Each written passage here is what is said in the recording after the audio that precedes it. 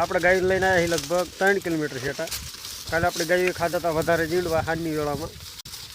એના હિસાબે ગાયોને અમુકને આફરા ચડી ગયા છે.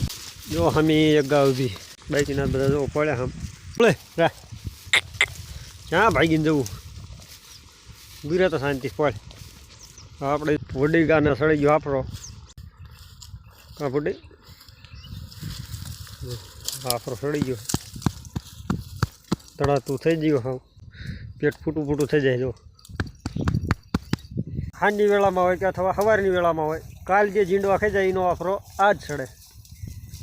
અને એ આફરો સડવાનું એક જ કારણ છે કે હાલે એના હિસાબે જ સડે આફરો. બાકી હાલે નહીં એટલે આફરો ન સડે. તો ખાસ કરીને જીંડવા ખાય અને પછી ગાયો હાલે બીજા દી તો જ આફરા સડે, બાકી આફરો ન સડે. જે ગાયે વધારે ખાધો હોય છે એનો આફરો હોય છે. આગળને નથી જ આફરો.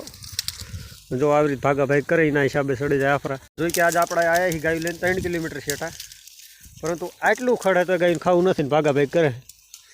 જોવું પડે ભૂજા અટકીને જાય છે તે હામા શેઠ જ પાછા પડશે. આપણે આમના હારે ફરીને આજ થાકી રહ્યા છે, કારણ કે 6-8 હતા તો આપણને ખવડાયા હામા શેઠે. તો જવા દેવી ગાયું હામા શેઠે જ રેટા વહી આવે પાછા. તો શાંતિ પડતા નથી, પણ આપણે ભૂડી ગાયને વધારે સડી ગયો આફરો એના કારણે એ હવે નથી હાલતી. અને આફરાનું કારણ એવું છે કે બીજા દી આફરો સડે છે. આજ ગમે એટલા જીંડવા ખાઈ લે તો આજ ન સડે આફરો. એ જીંડવા ખાધા હોય એનો અસર પાછો કાલ દેખાય.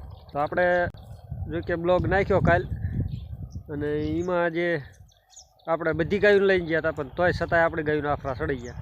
જો ઓલા ખેતરવાળા ભાઈ અત્યારે જ બીજા ખેતરની રજા દઈને ગયા. એ કે મારું ખેતર જે પડખેનું હોય એમાં જવા દીજો ઢોરા. આપણે તો એવું છે આમાં ખૂટે એવું નથી. અને એવું લાગે બપોર પછી ખેતરમાં જવું પડશે, કારણ કે એ બધા એમ કહે છે કે આપણા ખેતરમાં બહુ ખડે. તો કીધું વાંધો નહીં, બપોર પછી તમારા ખેતરમાં જશે. જો સામે એક ગાજા એને આફરો સડી ગયો. જો આપણે હેરણ જાય એને આફરો સડી ગયો, પણ એ માનશે નહીં તોય ભાગાભાગ કરશે. હા બોબુ જો તળાતું થઈ ગયું પેટ કેવું ગાજે. તો આફરો આને સડી ગયો છે. જો કે આપણા મોરલાનો આફરો સડી ગયો તો અત્યારે ઉતરી ગયો આફરો. આપણે ગાંડીને સડી ગયો તો, આપણે ગોમતી ગાને સડી ગયો તો.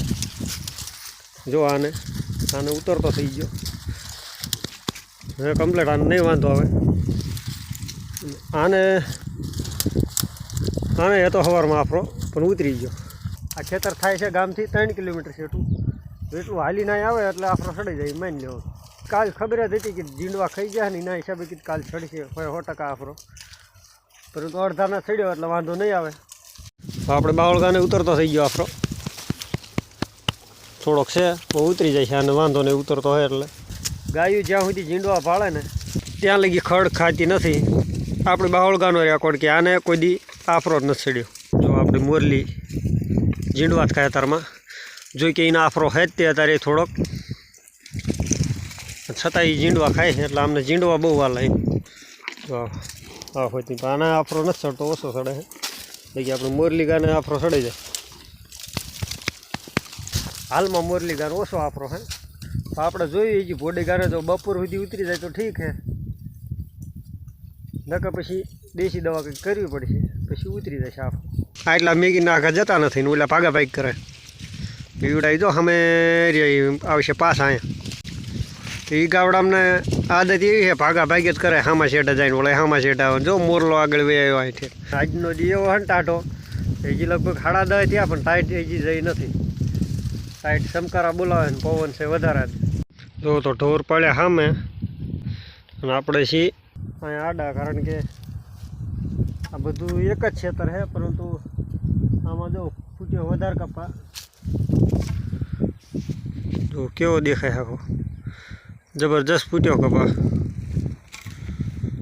આવા જો ફૂટેલા છે, પણ છતાંય રજા દઈ દીધી આ ખેતરમાં. ખેતર છે જોઈ કે મારા કાકાનું જ તે.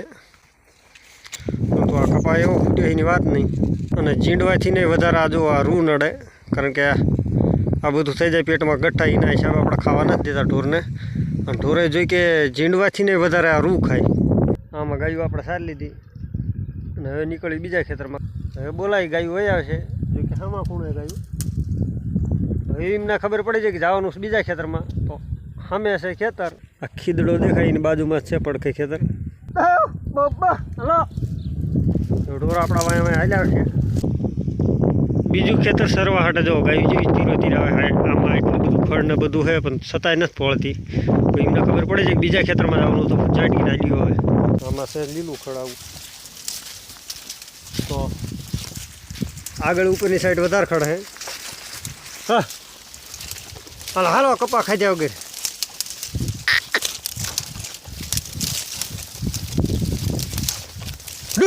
આમ બરો તા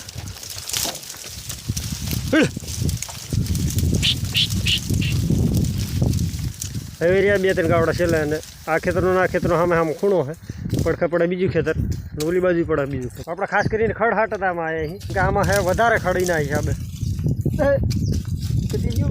એક ગા ખાલી રહેવાય આમ હાલી આવતી ખડી. તો આમાં થોડું ખડ જ છે. જો કે આમાં ખડ સિવાય કંઈ ઉગ્યું જ નથી. આ બધું ખડ જ છે. ખાર્યું ખડ આવે. આ બધું ખાર્યું ખડ હે.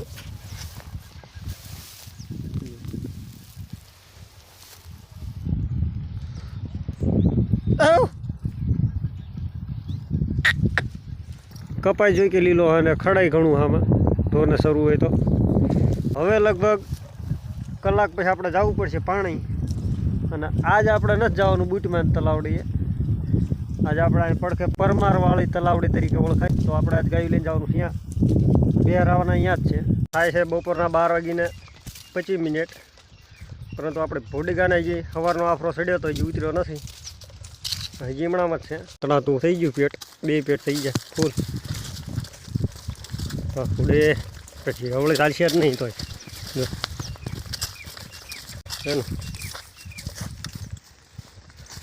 હવે ગાયું જાય છે પાણી દેશે પછી ભોડીગા આફરો ઉતરી જશે. અને ભોડીગા થવાની ભૂખી 2-2.5 કલાક પછી ભોડીગા આફરો ઉતરશે. ત્યાં સુધી ભોડીગા સરશે નહીં. હવે હાલ્યા જઈએ છીએ તલાવડીએ પાણી. તો આજ દેખાડવાની છે એ તલાવડી જે લગભગ આપણે એ તલાવડીનો બ્લોગ નથી બનાવ્યો. તો આગળ તમને દેખાડશું એ તલાવડી જ્યાં આપણા ઢોર પાણી પીવા જવાના. અને આવે છે એ તલાવડીમાં કેનલનું જ પાણી એટલે મીઠું પાણી છે. વિડીયો જોતા રહીજો. આ છે આપણે પરમારવાળી તલાવડી. ગાયું પાણી પીવે છે. બધી ગાયું પાણી પીવે છે. અહીંયા આપણે આજ રોકાવાનું છે. જો અહીં છે હુરધન. તો એના હિસાબે આ તલાવડીનું નામ છે પરમારવાળી તલાવડી. આ ગાયું બધી અહીં જ આરામ કરશે. એટલામાં બે છે. અહીંથી બુટમાનું મંદિર છે 1.5 કિલોમીટર. તો આજે આપણે અહીંયા બેહરાવા નથી ગયા. ના વૈયા આપણી ભોડીગાના હજી આફરો ન ઉતર્યો. તો હવે પાણી પીને બેસી જાય છે પછી આફરો ઉતરી જાય છે. તો આજના વિડીયોમાં એટલું જ છે. બાકી મળશું આગલા વિડીયોમાં. ત્યાં લગી જય શ્રી કૃષ્ણ અને જય સિયારામ.